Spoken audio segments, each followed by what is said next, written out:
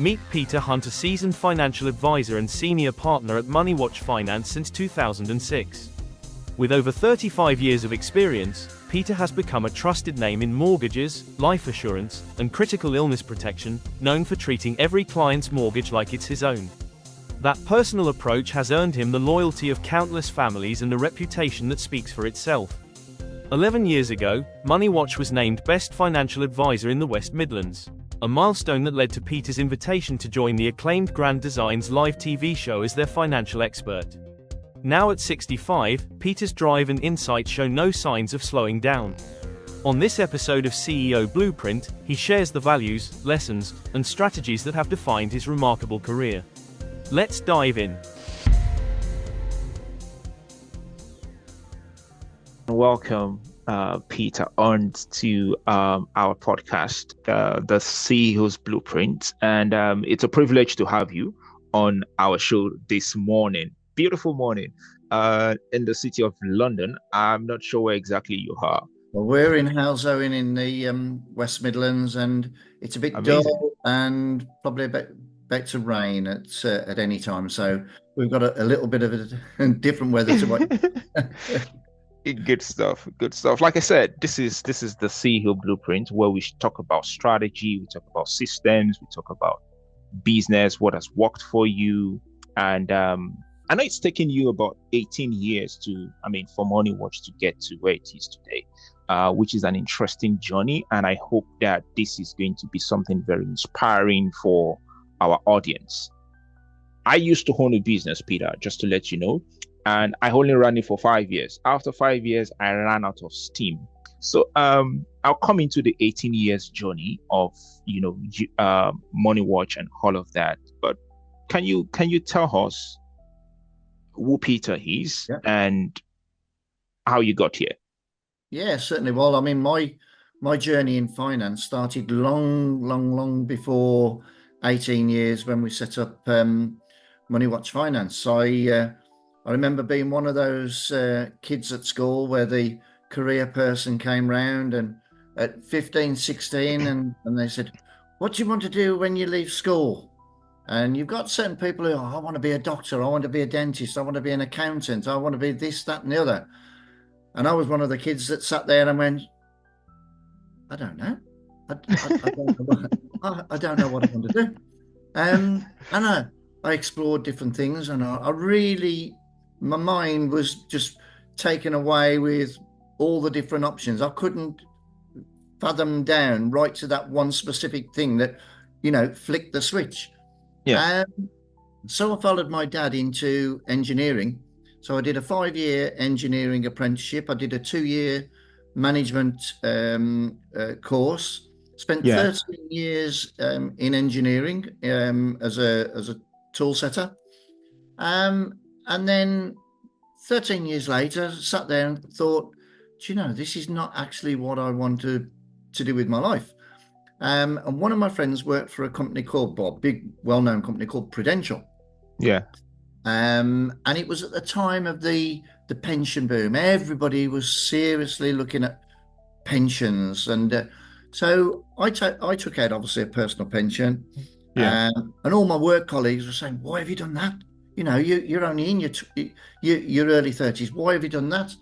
Yeah. I started, well, I've done it for this reason. Oh, tell me more. So I gave them the information, told them, oh, can you get your mate to come and see me? So my friend would go round and he'd say, right, the first thing you need to consider about pensions is this, and this. And yeah, Peter's told us that. Oh, okay. You also need to consider this, and this. Yeah. Peter's told us that as well. Okay, well, the final thing, you need to consider the A, B, and C. Yeah, Peter's told us all that as well. Okay. So he'd go and see about 6 or 7 people. And he said to me, you need to be a financial advisor. Nice. No, I said, I couldn't do that. And he said, you're doing it? You're already doing it. He said, I'm going to see people. He said, I've given you information. You've took it on board. You've absorbed it. Yeah. And you're passing it to people accurately. He said, and that's without getting the qualification. So it made me seriously think. So I sat down, I went back to college. I got my initial financial qualification. And had an interview at Prudential, and Yeah. about 12 months later, a position became available, and there the journey started in 1990. Amazing. I've been a financial advisor now for 35 years. Wow. Yeah.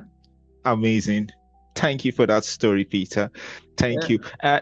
And does that also lead to you building your, is this a passion for you, or is this just something you kind of stumbled upon? Like, it's like you mentioned, you discovered yourself, I would say, or was Yeah. it just passion? Yeah, it was. Yeah. I think to be really in grips in your business and what you do, Yeah. you've got to be doing it not for the money. You've got to be Yeah. doing it because it's genuinely Yeah. what you love doing. I mean, people will say to my wife, I'm 65 now, and people will say to my wife, when do you think Peter will retire? And she looks and goes, what? It Him would. retire? You must be joking. He enjoys what he does too much. Amazing. Yeah, Amazing. You don't retire from what you love doing. no, exactly. I need to be busy. I need to be active.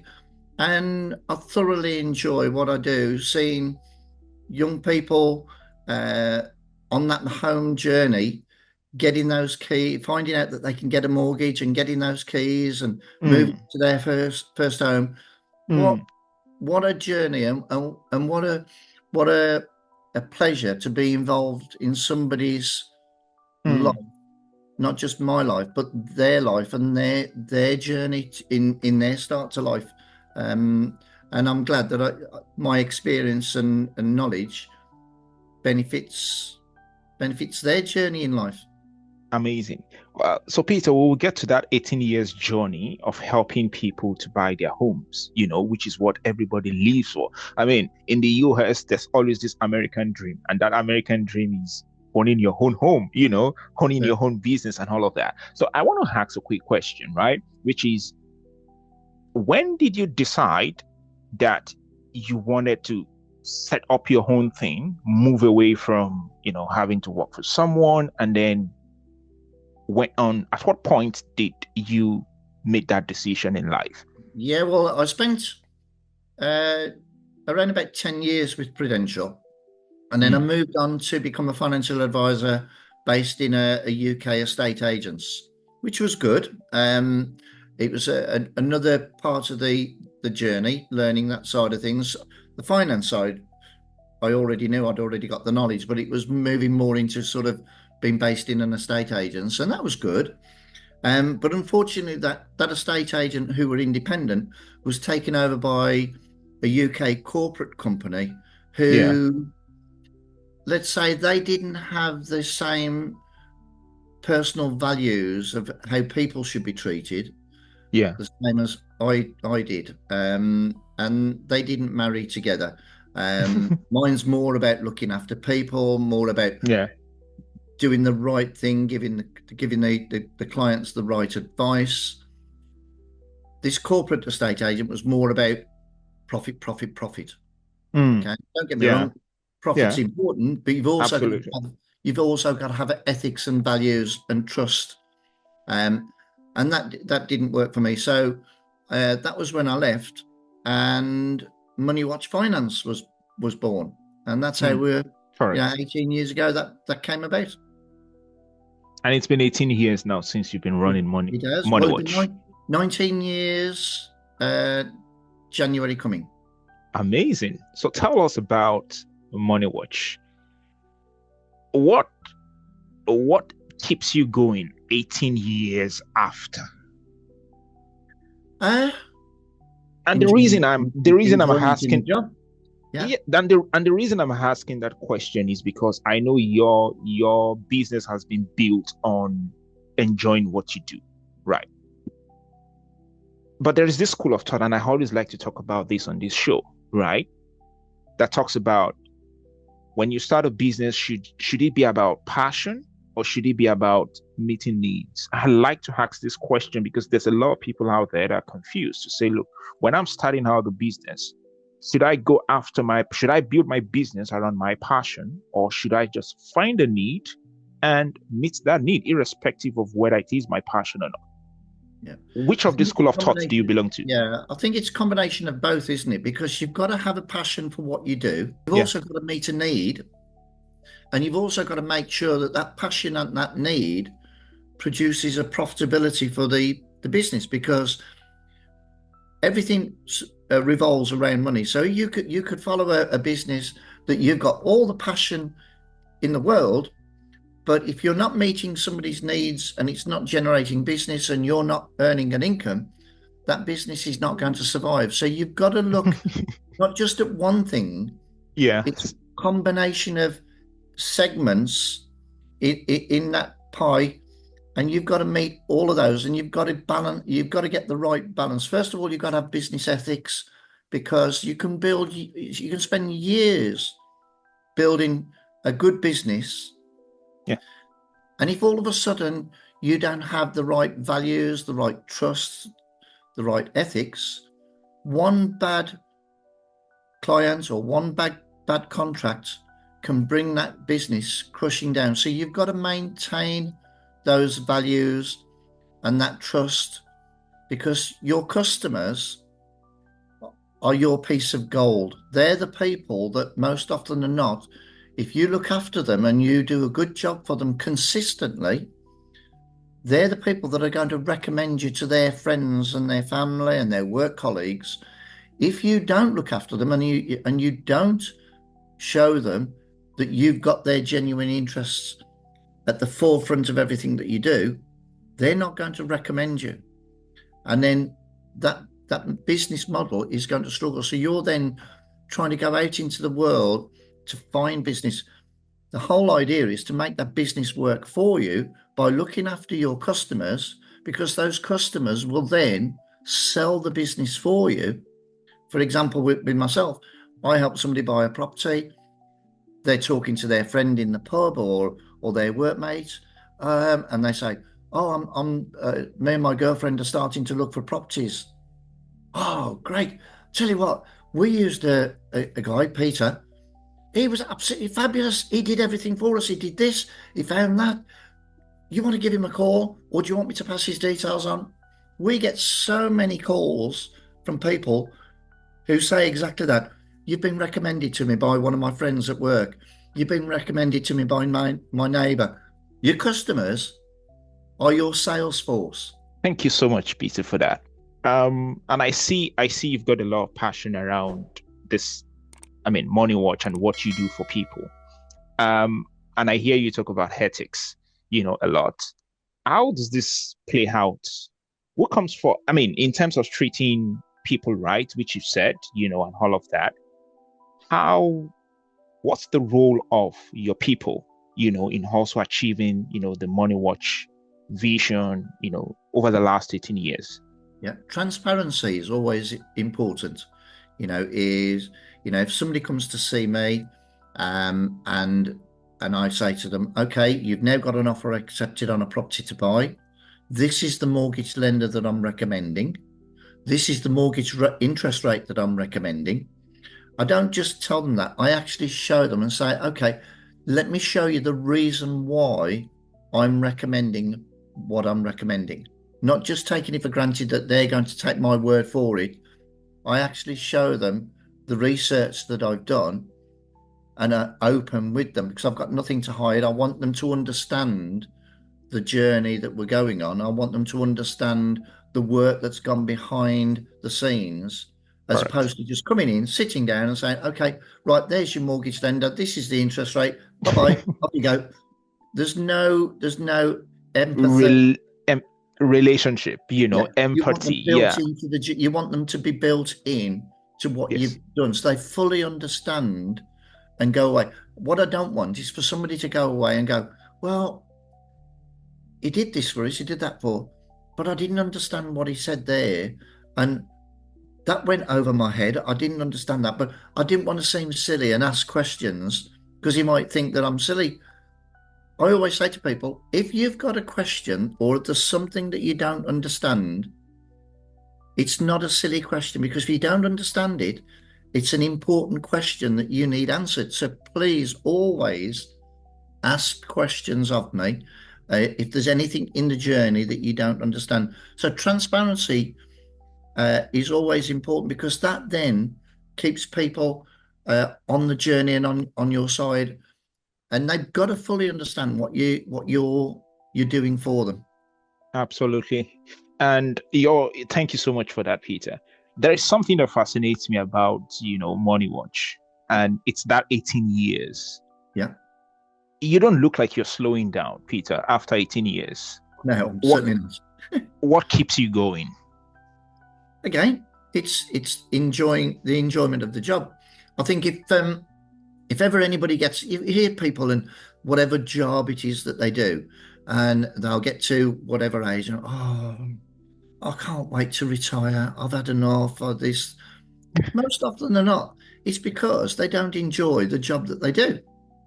Okay, it all comes down to that. If you've got a job that you enjoy and you're engrossed in it and you get job satisfaction, again, it's all well and good at having the passion and the knowledge and the drive. Yeah. Okay. All of those things are key. You've got to really, really enjoy what it is that you're doing. The day that you get to a stage where you don't enjoy, then if you don't enjoy it, you don't have the passion for it, and that's the time to move away. And if you're as old as me, you probably think about retiring. If you're younger and you want to follow a different career path, as I did, when I left school at 16, 17 and spent 13 years in engineering, just because you go into a career and you spend 10, 13 years in that career, that doesn't mean to say that's your career for the rest of your life, because things change in life, and you adapt and you move on. Yeah. Thank you. It's been, and I'll keep saying this because people need to know that you're not a newbie in this space. It's been 18 years of helping people buy their first home, and how has the market changed between when you started and now? In my opinion, I think it's difficult now. Yes. But yeah. How has the market changed? I think regulation has vastly changed. The days of 30, 40 years ago, people just going into the bank and sitting with the bank manager and saying, I want a mortgage, and the bank manager saying, okay, what is it that you're buying? Oh, hello there, I know your dad. I've known your dad for 15 years. Yeah, go on. You don't need to prove your income. There we go. If I give you a mortgage of 150,000, it's going to be £500 a month. Can you afford to pay that? Yes, I can. Okay, there's your mortgage. Okay, those days have gone now. People now have got to jump through hoops. You've got to prove your income. You've got to prove the various different degrees of income. So if somebody's employed, they've got to show their basic salary. Do they get bonus? Do they get overtime? Do they get commission? If they're self-employed, are they a sole trader or are they a limited company? And then they've got to justify the different elements of how their income is derived. Correct. Lenders will then look at the expenditure, which they never used to look at before. So how much are you going to be paying on council gas, electric, water? How much car insurance, petrol? How much is your food and grocery bills, pet bills? How much did it cost you to have your hair cut? And obviously, in my case, it's not a lot. and then that determines what a lender will or won't lend. So there's a lot of regulation around what people can get. The days of people taking on mortgages that were vastly unaffordable and shouldn't have been approved. So there's good things about regulation. There are other things that are probably not so good in regulation because they've made it more about justifying what you do and covering yourself in the event of a complaint.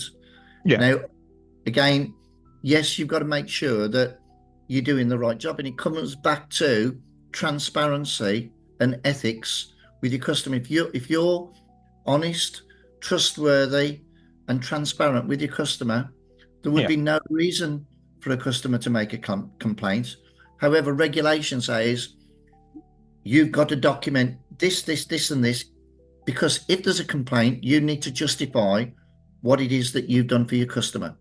Mm-hmm. And that probably comes down to the days of the rogue advisor selling purely on commission and not selling for the benefit of the customer, or advising on the benefit of the customer. Those sort of days are gone, and that and rightly so. So Peter, I hear this word all the time, and mostly CEOs, business owners know this very well. It's either you innovate or you die. Your business has survived, I would say, tough times, economic cycles, over the last 18 years. How have you adapted to these changes? How have you stayed alive, up till now, running the same business? I know you've definitely innovated over time. You've changed, you've adapted, you've looked at your business model, you've changed over time. You must have brought in new products at some point. What have you done so that someone listening to this will know that tough times come, but how do you handle them when they come? I think again, without sort of replicating what I've said, but you've got to maintain those business ethics.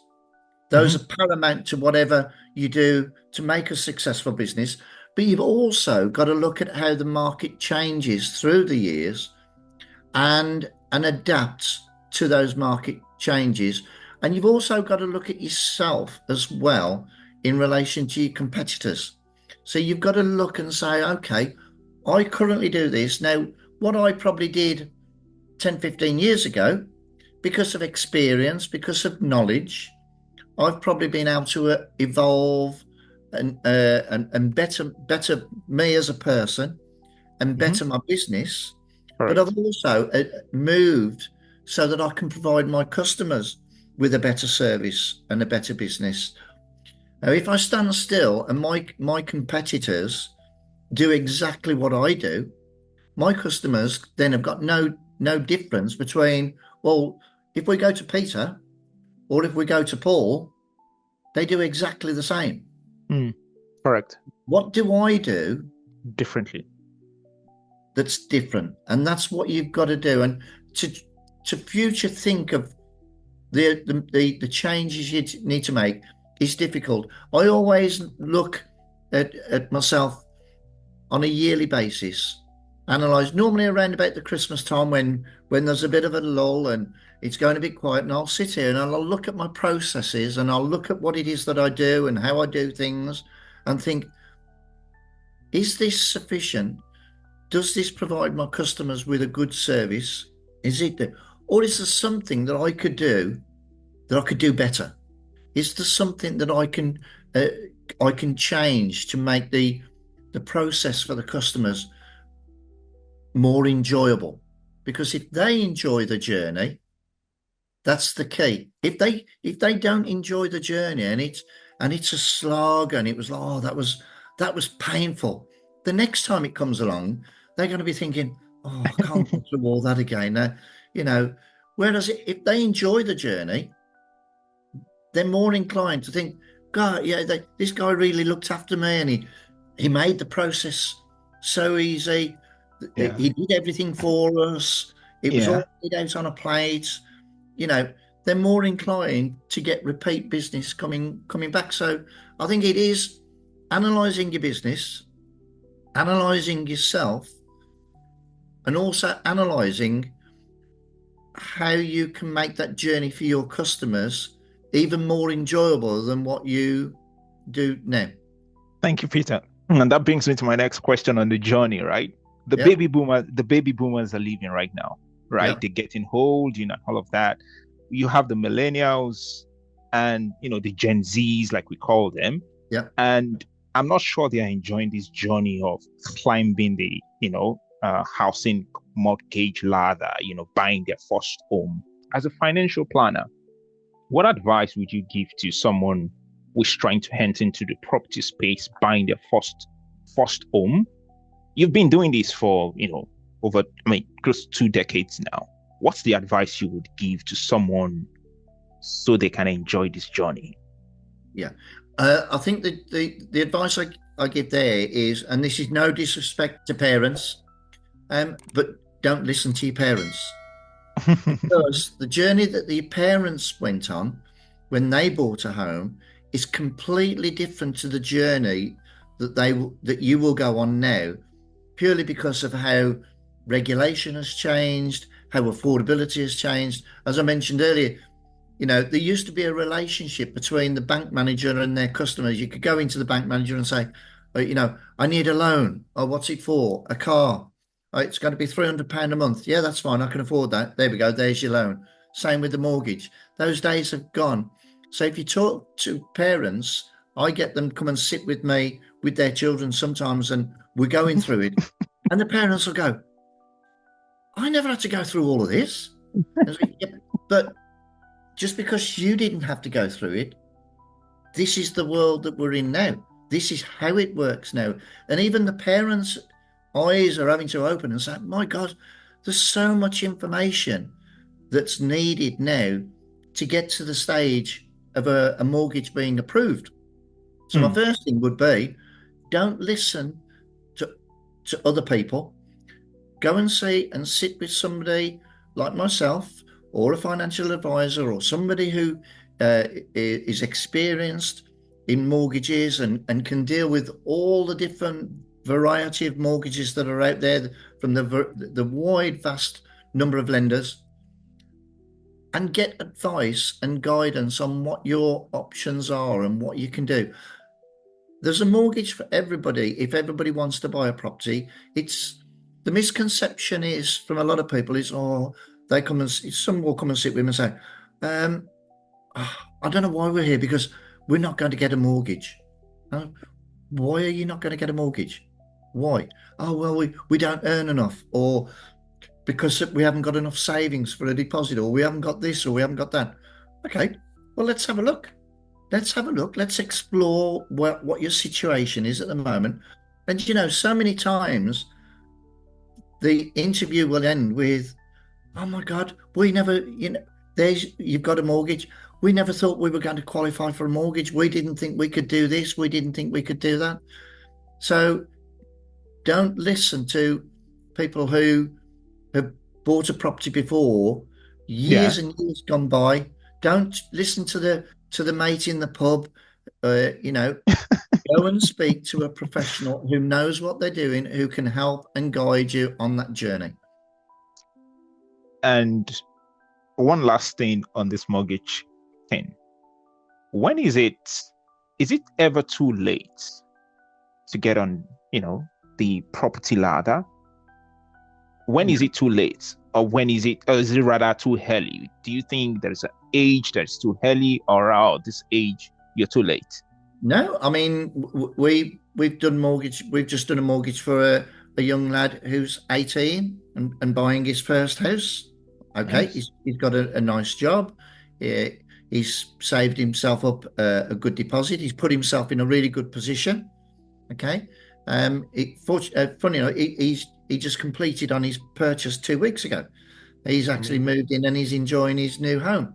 Amazing. But we've done mortgage for somebody who's 82. Wow. Yeah. So you've got different types of mortgages, like lifetime mortgages, or if somebody's asset rich but income poor, so basically means that they've got quite a small pension, okay, and they're struggling to pay all the bills, but they've got this house that's worth £400,000 or £500,000, and they've got no dependents, or maybe got some dependents, but they need to generate an income to enjoy their life. They can do a mortgage called equity release, which is they can take equity out of the home to generate an income for them, and then as and when they pass away, the debt that's outstanding on that home is repaid from the sale proceeds of the property. So there are finance options for most age groups. But I suppose if you're looking to buy a property for your own for the first time, most lenders tend to like that property or that mortgage paid off by somebody's 70th birthday. Yeah, Normal, exactly. sort of Exactly. 68 to 70, which is normal retirement age. But if somebody was 58 and the lender wanted the mortgage paid off by the age of 68, the maximum term is 10 years. So they'll It's get a 10 mortgage. years. It just depends how much those mortgage payments are, how much will the lender lend them to fund a mortgage over a 10-year period. Correct.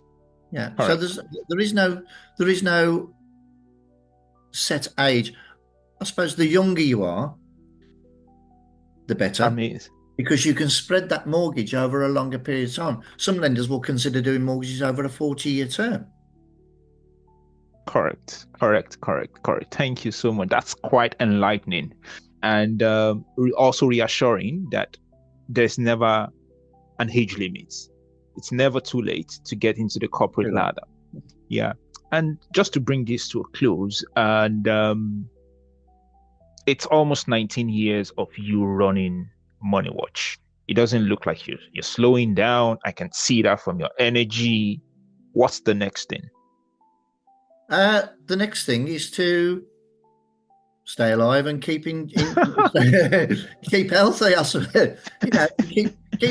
Keep doing what I'm doing and keep enjoying what I'm doing, and get the buzz from seeing people, get their first home, or even they've bought a home and which was a starter home, and now Yeah. they're moving on to the next phase of their journey, which is now to buy their next forever home, for example.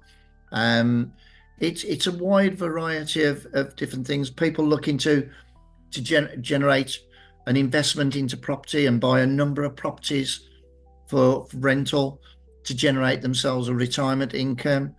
There's no sort of one set client. There's a wide variety of different people to help, and as long as there's still people out there that need that help and need that assistance, I'll still have the energy and the passion and the desire to be part of that journey with them. Amazing. And I'm not going to end this show without asking this question, because, like I said, we don't run on a script. And this just came to my mind, and I thought someone is going to be asking this question. And you, as a financial planner, will be able to give an advice on this one. When should I stop renting and I know that it's time for me to buy my first property? Only you will know when that time's right. Nobody can make that decision for you. Sometimes people don't want to buy for whatever reasons. There's a lot of people out there that have got no interest in buying. A bit like in Europe. Europe doesn't have the home ownership aspirations like the UK. In the UK, I think there's a lot of pressure or a lot of desire to want to own your own home, whereas in Europe, they're more than happy to rent. They're not interested in buying, and they pass that property down through the family. But then you've got other people who can't afford to buy because maybe their incomes are insufficient to buy the property that they want, or they can't generate the deposit. But that doesn't mean to say that that's always going to be the case. But there's only one person that can actually decide when's the right time to not rent and to buy, and that's the person themselves. Amazing. We can give them the advice, we can give them the guidance, we can show them the options between renting and buying, but ultimately that decision rests with the people who are comfortable in what they do in life, and that's the most important thing. It's what's important to the individual. Thank you. Thank you so much, Peter. And I think this has been a very brilliant conversation. You have been very candid. I like the part where you said, don't listen to your parents. Yeah, I think as we all, at some point, your mum and dad were wagging the finger saying, You're very correct. You are very Yeah, correct, because I yeah, still see my dad, giving me some wrong information. I'm like, that's like 40-year-old advice. It doesn't work into this age. Yeah, you're very correct on that. Thank you so much. And that's all right. it's been very candid. And I know a lot of people watching this right now would be watching this as well, would want to know where they can find Peter, where they can find Moneywatch. You want to quickly share? I know I can find Moneywatch on LinkedIn, any other social media handles. Yeah, we're on. I'm on LinkedIn, Instagram, uh, Amazing. Facebook. I'm on Amazing. there as well. Obviously, and by googling Moneywatch Finance. Just one other thing as well, which also comes back to the fact of uh, being passionate about what you do, Yes. and being honest and trustworthy. But also about 11 years ago, we won an award, uh, the best financial advisors in the West Midlands, Amazing. which there we go. There's the award. There, Amazing. Good which we stuff. were really pleased. Personally, really pleased with. And then about 2 weeks later, I got a phone call from a lady called Karen Staliadis, and she was the producer of a TV program in the UK on Channel 4 called Grand Designs. Amazing. Grand Designs is where people go on the program. It's hosted by a gentleman called Kevin MacLeod, and they they get a plot of land and they build their own homes. Wow. And Karen said, I've just seen in the press that you've won this award. Congratulations. And we actually twice a year do a live show at different venues in the UK, one in London, one in Birmingham. And we've got architects, and we've got quantity surveyors, and we've got interior designers and builders and landscape gardeners. And we've got all these different experts, and we've got all these different professionals. Yeah. She said, but I've just realised that we don't have one of the most important experts to support us, which is a financial advisor. Can we invite you to come along and have an audition and see how it goes? So I said, yeah, okay, thank you. So went and got filmed and interviewed, and cut a long story short, for the last 11 years, I've been the financial expert for the Grand Designs TV Oh, show. wow. Amazing. Yeah, and that's purely just derived from having good business ethics, doing things correctly, advising people correctly, and doing genuinely what's in the best interest of the customer, and not what's Yeah. in the best interest of me. Yeah. Yeah. Okay, because yes, I'll earn good money, but I'll earn good money from doing the right things for the customers. I do the right thing for the customer and not chase the earnings. The earnings will follow if you do the right job.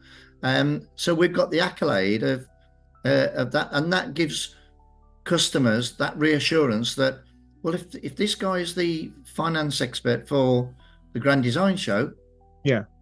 he must know what he's doing, and he must be trustworthy. So again, it always comes down to having good business ethics, honesty, transparency, and trustworthy. Thank you so much, Peter. Amazing. That's very, very insightful. And it's been a pleasure talking to you today. Yes, and yourself.